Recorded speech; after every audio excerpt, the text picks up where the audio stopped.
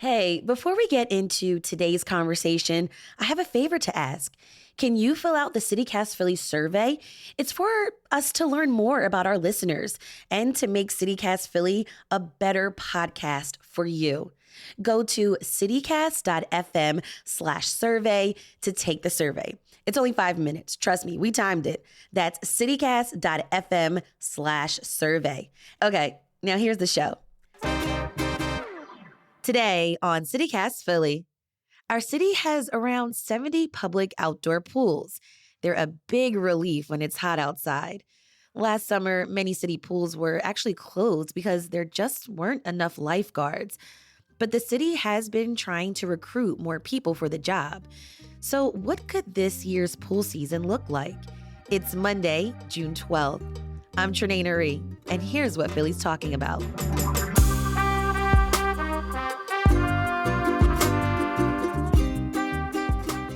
Robin Borlandoe, you're a retiree-turned-Philadelphia lifeguard. Welcome to the show. Hi, thank you. I'm so happy to be here. And Alex Hughes-Taylor, Aquatics Director at the Philadelphia Parks and Rec. Thanks for coming on CityCast Philly. It's my pleasure. Thanks for having me. Okay, Robin and Alex, I want to get your insight on this. What's something that you most look forward to in the pool season in the city? This year, I am looking forward to teaching the kids to swim. More pools are opening up, and instead of saying, no, don't jump, I want to be able to say, this is how you move correctly in the water. I'm excited about meeting the kids who I interacted with last summer. And this is your second year lifeguarding, right? Yes. What keeps you coming back? You know what? I started last year only because I needed something to do. I'm not good on this retirement thing. I'm still not good on it.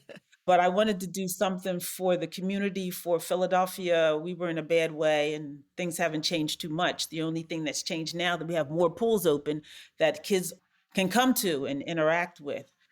So I wanted to continue this journey just to see how we're progressed and how the kids have progressed. Alex, what are you looking forward to this pool season? Looking forward to a couple of things. Looking forward to being able to open more pools than we did last summer. Last summer, we were only able to open about 48 pools. This summer, we're on target. Our target is to open at least 60, 62 pools. So a big jump from last year. So I'm really excited about that. I'm also excited about something Robin mentioned, which is our swim lessons. This year, we plan to incorporate swim lessons in every one of our day camps that are at a city pool. And all of our lifeguard 2, which is our head lifeguards at our pools, are getting American Red Cross basic swim instructor trainings this summer to help provide the best lessons for the public. Can you tell us some of the responsibilities there are as a lifeguard, Robin? Well, keeping the kids safe is a top priority, making sure that they know the rules for getting in, giving them a safe haven, a place to come and play. We don't know what's going on in these kids' lives at home, but we do, and we can control what's happening when they come to our pools. So it's getting to know the children, know what they look like when they come in, when they're having a bad day. And I believe me as a grandmom, I think we can see more in a kid what's going on or just notice it a little bit quicker. So I think that's the big thing, giving them a safe haven, a place to play and just release themselves and to learn too. The lifeguards that we have on point are college students that know that are, we had a doctor, someone that was going into the Army. So they're very smart kids. I've even learned from them. That's great. Alex, can you, kind of explain or help me to understand why it's hard to get people to do this job as a lifeguard? Sure. Yeah, so there's a couple of reasons. One is it's not easy. It's not easy to become a lifeguard. With Philadelphia Parks and Rec, we have our candidates come out and screen with us and make sure that they can complete 300 yards swimming nonstop, demonstrating freestyle and breaststroke, as well as having to be able to tread water for 2 minutes without using their hands. So it's physically intense. Yes, and then also having to go down to a deepest part of the pool and pick up a brick, bring it to the top. So that's just the screening process. Wow. So that's not even, you're not certified. So you have to do all that just to get into one of our certification classes. Once you've accomplished that, your certification class takes about 25 hours to complete. It takes a full week if you're doing it every night. So it's a lot of time and it's a lot of commitment that you have to put in order to become certified. We've had a lot more luck this year because we were able to pay for the certification classes as well as help pay for some of the barriers that kept people away in the past. And that's a big deal because previously you would have to pay $175 to get your certification. Mhm. So we've really made an effort trying to find ways to make it easier for people to become lifeguards.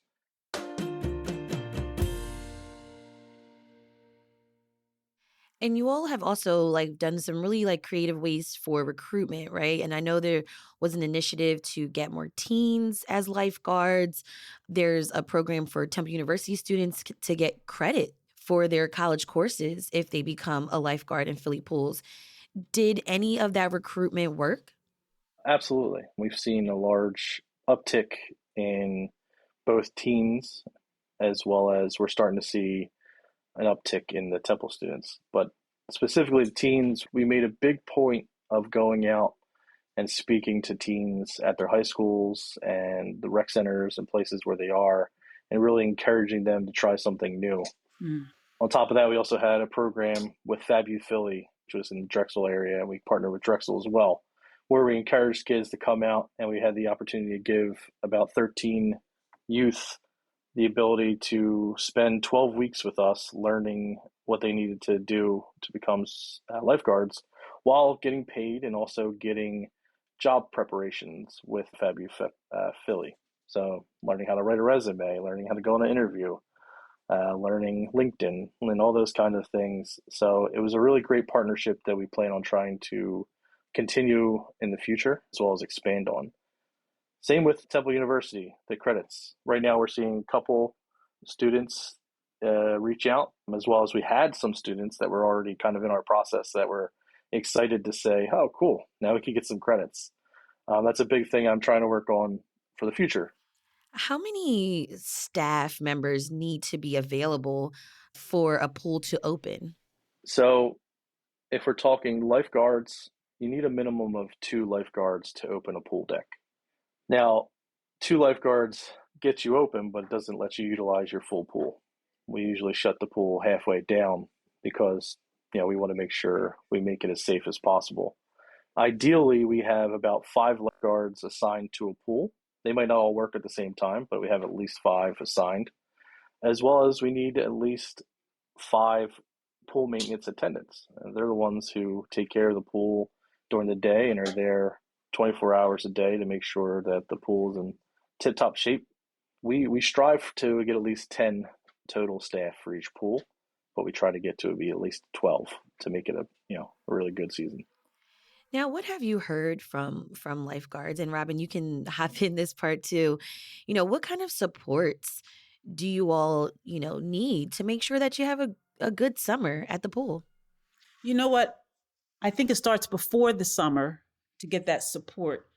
And I've said it before that these kids in the inner city can't afford to go to the areas where they pay dues, they can't afford to travel, they don't have that option. So if they had, and I think something's going to open up soon, if they had programs in the wintertime where these kids could learn how to swim, and adults learn how to swim beforehand, that would be a way to have lifeguards come into the system and it wouldn't be such a flurry. They would already know, they would already understand. So if there was a way to connect winter sports, winter activities, an avenue that they could have to learn how to swim, and then would go right to the summertime. If I want to make sure my pool opens in my neighborhood, who should I contact? How do I make that happen, Alex? You would want to speak with the facility supervisor to see how they're doing with their recruitment efforts. I kind of look over recruitment on a grand scale, try to recruit for all the pools and make sure that the lifeguards are certified and trained and ready to go. But really, when it comes down to it, each individual facility supervisor picks their staff and hires their staff. Lifeguarding is, we're kind of down to the wire at this point. It's getting somebody trained because I mentioned earlier it takes a little while. But having pool maintenance attendants at a facility is also important for those sites that may not get their full complement of lifeguards. So if they're not able to get 5 lifeguards, as long as we have pool maintenance attendants, we can open that pool 3 times a week. We can use the 2 lifeguards that we have and use them for opening a couple 5 days or 3 days. Like, we're trying to figure out the best way to make sure we can spread out the lifeguards that we do have. But a big part of that is also making sure we have the people that are there to look after the water while we're not there. I'd like to add something. Sure. I'd like to put a shout out to the senior citizens out there that also the PMA, the pool maintenance positions that are available, is something that they could apply and help to do as well if they feel as though they didn't want to get in the water and still wanted to have some communication, some activity, some connection with their community. That's a way to come into this pool system, become a PMA. And when does the pool season officially open? When do the pools officially open? Pools will start opening Wednesday, June 14th. And we'll be opening about 2 to 3 pools daily and rolling it out from there until the week of July 3rd. Nice. That was Alex Hughes-Taylor, Aquatics Director at Philly Parks and Rec, and Robin Borlandoe, a Philadelphia lifeguard. Thank you both for joining me on CityCast Philly. Thanks so much, Trenae. I appreciate it. Thank you. It was my pleasure.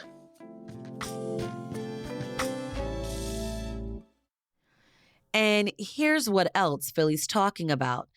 After a commercial truck carrying a petroleum-based product caught fire, an elevated section of I-95 collapsed.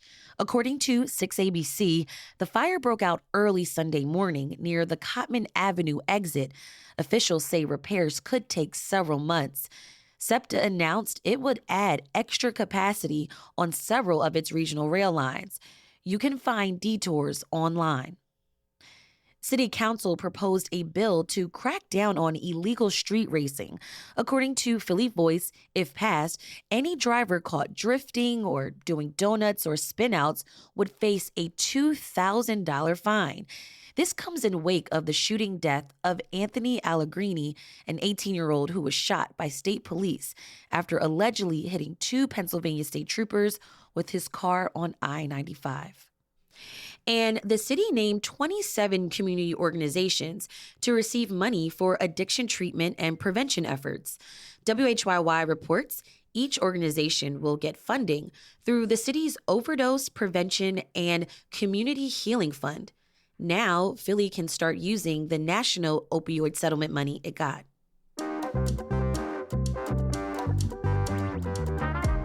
That's all for today here on CityCast Philly.